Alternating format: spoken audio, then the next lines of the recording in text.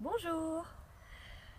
Alors une petite vidéo sur le confinement parce que ça fait pile un mois que nous sommes confinés ici en Afrique du Sud dans le même camping qui s'appelle Twana Lodge.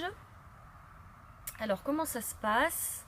Alors au départ nous étions 7, nous étions avec une famille de 4 Hollandais, puis avec un Français, Mathieu. Donc ça pendant une semaine et demie. Et puis il y a 2 semaines et demie, Mathieu est parti. L'ambassade l'a appelé et il lui a proposé un vol. Vous entendez les vaches derrière. L'ambassade lui a proposé un vol pour rentrer en France. Donc là, il s'agit d'un vol Johannesburg-Amsterdam, on est d'accord? Donc gentiment Mathieu a dit oui, bien évidemment, puisqu'il rentrait retrouver sa femme et ses enfants. Mais il a quand même demandé ce qui se passait pour nous, Manu et moi, qui étions confinés ici.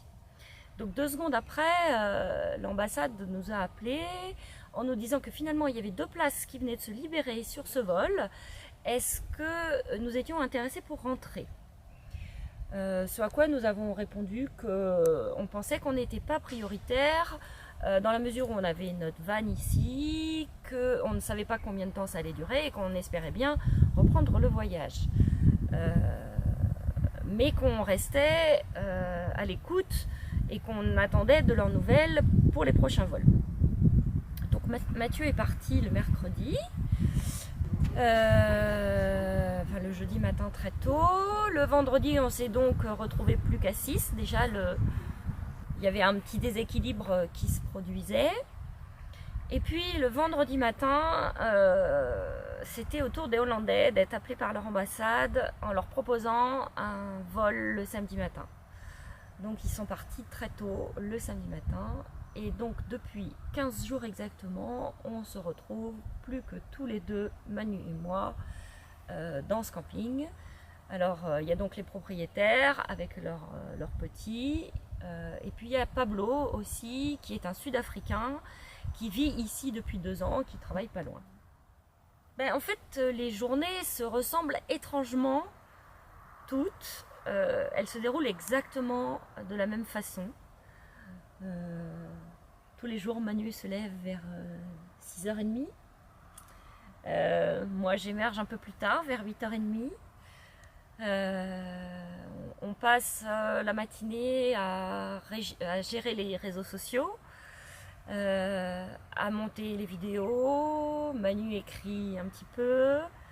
Et puis, à l'heure du déjeuner, jusqu'à présent, on tient à faire du sport. Donc moi je fais 1 km de piscine tous les jours. Manu en fait à peu près la moitié, le reste du temps il court, il fait des étirements. Sachant que il fait de plus en plus froid. Parce qu'ici c'est l'hiver qui arrive. C'est drôle, les feuilles tombent. Et l'eau devient de plus en plus froide. Elle n'est plus qu'à 18 degrés, donc c'est excessivement difficile de nager. On est bien à peu près pendant 100 mètres et après il fait vraiment froid.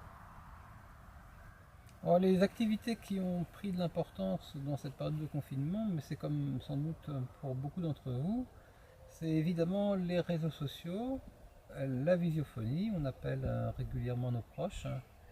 C'est la prise d'informations, on passe pas mal de temps à aller sur internet pour essayer de trouver des informations. Au début j'étais très friand de statistiques, j'essayais de me faire une idée des modèles qui pouvaient expliquer la progression du virus en France et ailleurs.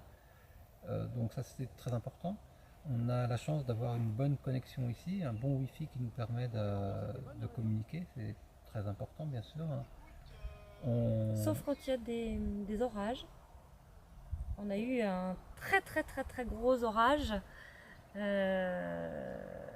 qui nous a privés d'électricité pendant 14 heures. C'est long. L'orage a éclaté en fin d'après-midi, donc à 5 heures il faisait nuit noire. On était à la bougie tous les deux dans la salle. Donc là on a trouvé la soirée un peu longue parce que on n'avait plus. On a joué à des jeux de société. Il n'y avait plus non plus de connexion puisqu'en fait c'est l'ensemble du quartier qui avait été touché. Ici les orages sont parfois très violents, ça fait 2 orages qu'on subit qui nous ont apporté chacun 28 mm d'eau en quelques heures, donc c'est quand même beaucoup. C'est impressionnant, d'ailleurs les chiens sont très impressionnés. Les chiens c'est aussi des personnages de ce huis clos puisqu'on a 3 gros chiens avec nous, 4 quand les Hollandais avaient encore le leur et 3 depuis qu'ils sont partis, dont des gros chiens Doberman danois, donc ce sont des animaux très affectueux et ils sont toujours contents de nous voir, donc c'est vraiment une partie importante de la compagnie aussi. Nous on n'a pas de chien en France, parfois on aimerait bien en avoir en ayant conscience de toutes les contraintes que ça présente. Là on a la chance d'avoir des chiens sans les contraintes. On est allé faire les courses aussi. Donc une fois, vraiment tous les deux, il y a 15 jours, on a emprunté la voiture du propriétaire, puisque c'est une voiture sud-africaine, donc on passe quand même un peu plus inaperçu. On est allé dans une moyenne grande surface à côté. On a pu constater que les gestes barrières étaient très bien respectés. On ne rentrait qu'à 10 personnes à la fois, on était espacés de 2 mètres en attendant de rentrer. Au moment de franchir la porte, même si on a des gants, on nous remet du gel hydroalcoolique sur nos mains ou sur nos gants. Les gens sont masqués pour un peu plus de la moitié quand ils font leurs courses. Donc ça c'était plutôt une bonne expérience. On a acheté beaucoup parce qu'on ne savait pas combien de temps on allait rester. Et puis on est retourné hier faire des petites courses à pied à 10 minutes d'ici. On a une petite supérette qui nous permet de nous approvisionner maintenant sans qu'on ait besoin de réemprunter la voiture. Il y a une activité qui est relativement importante ici dans la culture sud-africaine et qu'on retrouve dans ce lodge en particulier, c'est celle du braai. Donc on a régulièrement eu l'occasion de faire de ces barbecues assez chaleureux puisqu'ils sont faits à base de bois et de charbon mélangés. C'est important, c'est convivial. On a fait le départ de Mathieu, ça crée du lien, on a fait le départ des Hollandais, on a fait mon anniversaire. Alors mon anniversaire il a été fêté dès le matin et puis le soir on a fait une petite partie. Et puis le week-end dernier c'était l'anniversaire d'Arné, donc le propriétaire. L'avantage c'est que si on reste très longtemps il y aura l'anniversaire de tout le monde. Alors c'était surprenant parce qu'il y a l'anniversaire d'Arné, il y a des copains à eux qui sont venus, même si c'était le confinement, donc on s'est retrouvés à 4 couples, donc 8 avec plusieurs enfants. Pas de geste barrière, mais bon, voilà. Il faut savoir qu'ici la prévalence du virus est extrêmement faible. Sur le million d'habitants ou les 2 millions d'habitants de la zone Pretoria, Johannesburg Nord, il y a dû y avoir 10 morts seulement, c'est-à-dire 1 pour 1 million, c'est pour ainsi dire négligeable. Donc on subit les règles de sécurité sans en avoir une utilité évidente. Les autres activités importantes, donc, c'est la cuisine, ça devient très important. Je pense que c'est un peu comme sur les bateaux par exemple, dans les sous-marins, dans les huis clos, la cuisine devient très importante. Mais surtout quand on était à 7, d'abord on a la chance d'avoir une grande cuisine.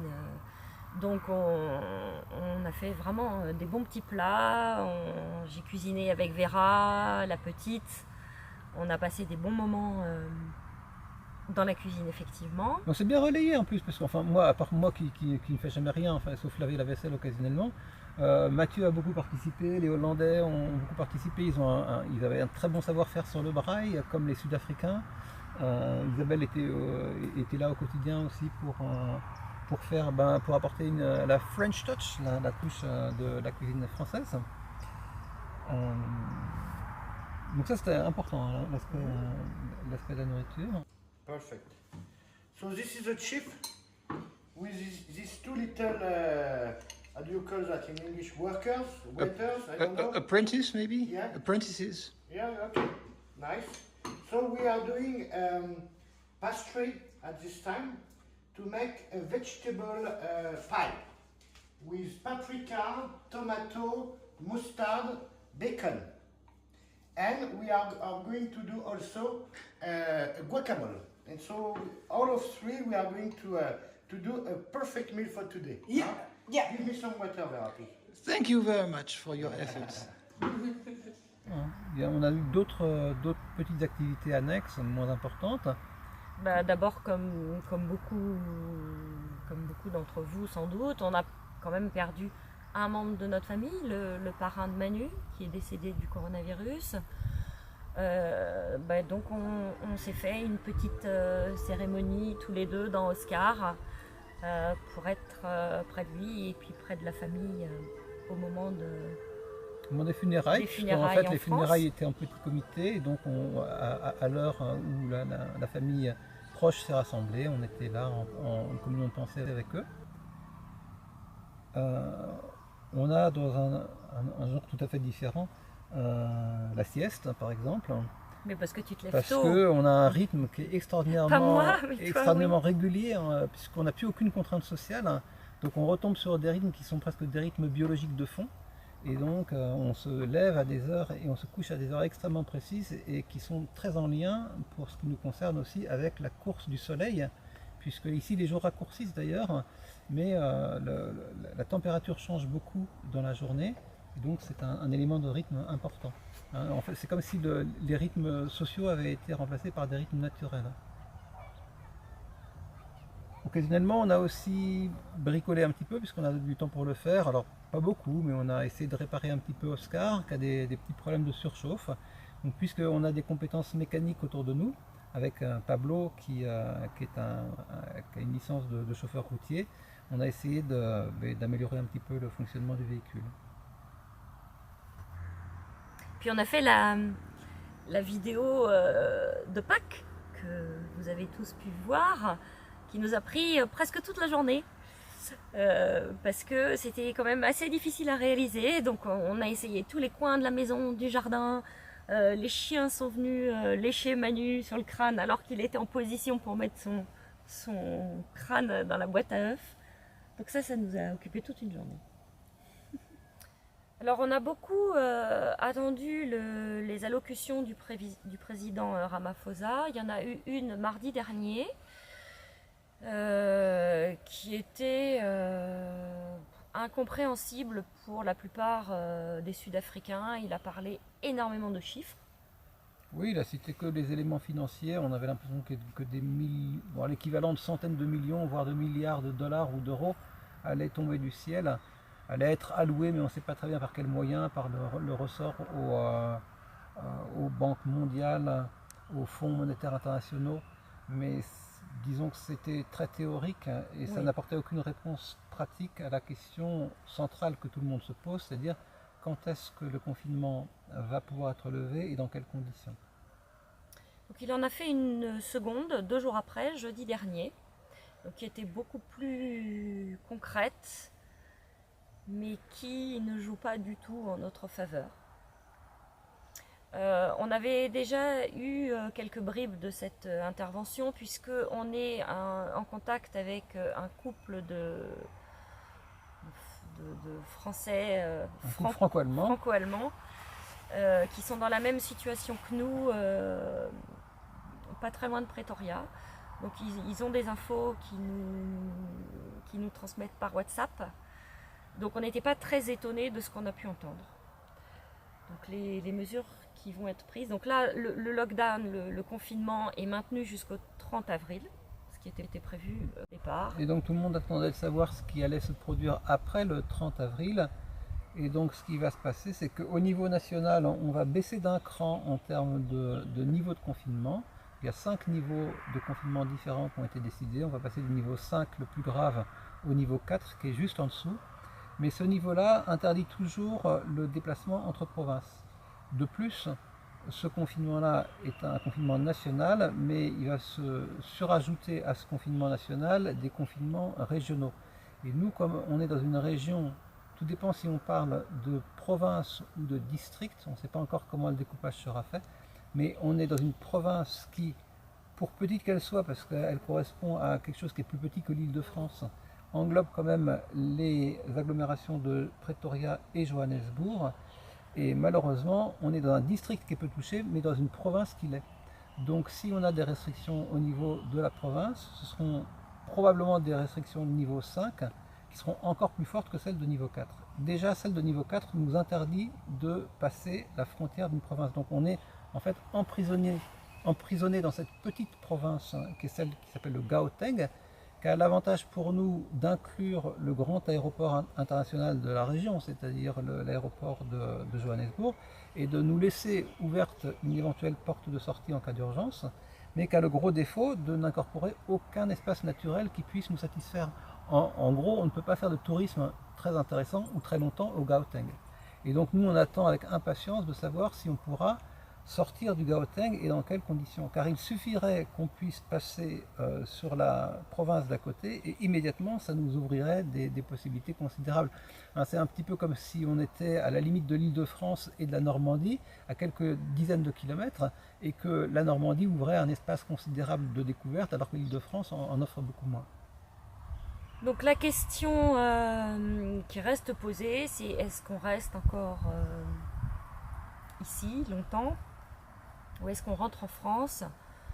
Bien sûr, on se la pose tous les jours.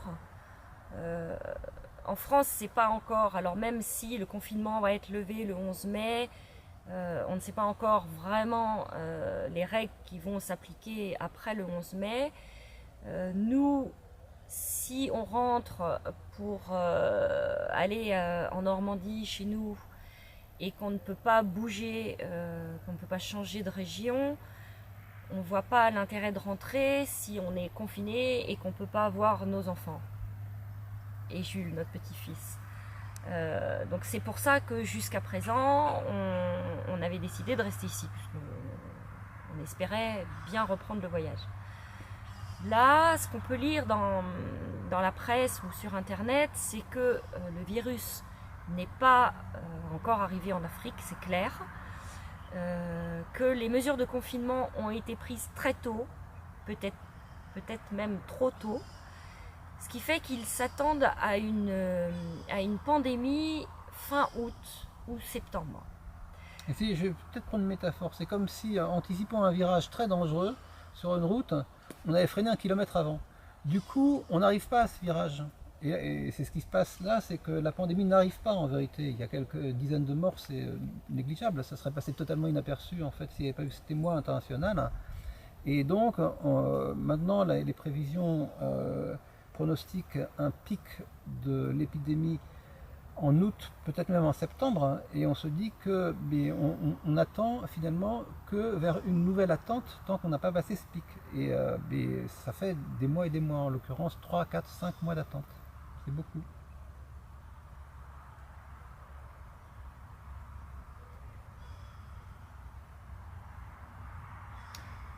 Donc nous on a une option puisque notre voyage il a un sens sur 4 années. On renvoie éventuellement à notre site web pour tous les détails. On peut se permettre de rentrer en France pour 2 ou 3 mois, revenir 2 ou 3 mois en Afrique du Sud et envoyer notre véhicule par bateau en Amérique du Sud, ce qui nous permettrait de retomber sur le schéma prévu initialement. On peut aussi essayer de passer en force en restant ici aussi longtemps que possible, mais on ne pourra pas rester dans tous les cas après peut-être après septembre ou octobre, sinon ça ferait vraiment beaucoup, surtout si c'est juste pour ne rien faire.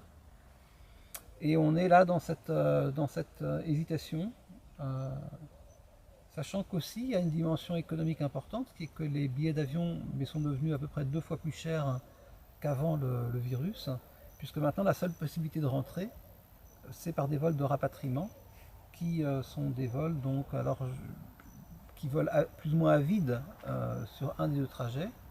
Il y a peut-être aussi de l'espacement dans les avions, on n'a pas très bien réussi à savoir. En tous les cas, concrètement, les billets d'avion sont 2 fois plus chers qu'avant, ça c'est une certitude. Et puis il faut quand même avouer que, mis à part la fois où Mathieu leur a demandé de nous rappeler, en gros, on n'a jamais eu depuis aucun contact avec l'ambassade. On sait qu'il y a des vols, d'abord on voit les avions qui volent autour de nous. Manu a regardé complètement par hasard sur le site de KLM dans la semaine et on a vu qu'il y avait un vol qui partait pour Amsterdam. Personne ne nous a prévenus. Mais pour être précis, c'était pas sur le site de KLM, c'était sur le site de l'aéroport de Johannesburg. Sur le site de KLM, ce vol-là n'apparaissait pas. Oui. Je regarde, on peut conseiller de regarder les sites des aéroports qui ont l'équivalent des tableaux d'arrivée et de départ, parce que c'est concret, ou des sites comme Flight, je crois que c'est Flight Radar 24, qui donnent la position des avions en temps réel. Parce que là aussi, ce sont des données qui sont des données réelles et pas simplement issues de bases de données de réservation.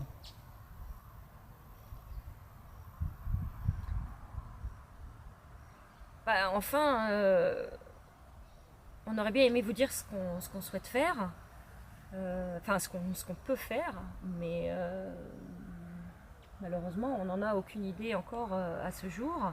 Alors on ne s'ennuie pas, hein, on rattrape tout le retard qu'on avait au niveau des vidéos, mais enfin, on n'était pas venu en Afrique pour ça. On n'était pas venu pour jouer au billard. Non. On n'était pas venu pour jouer avec des chiens tous les jours ou pour faire de la piscine en boucle. Mais non, donc même si c'est agréable en soi comme genre d'activité. Donc c'est comme tout le monde, j'imagine. On aimerait bien passer à la suite et pour nous la suite elle était précisément imaginée sous la forme d'un voyage itinérant avec des animaux. Ici on a quelques animaux. Oui, on s'est dit qu'on allait faire un petit safari photo de... Bon, quelques insectes, des oiseaux, on est entouré de vaches, parce qu'on n'est pas loin des champs. On a nos chiens, mais ça s'arrête là.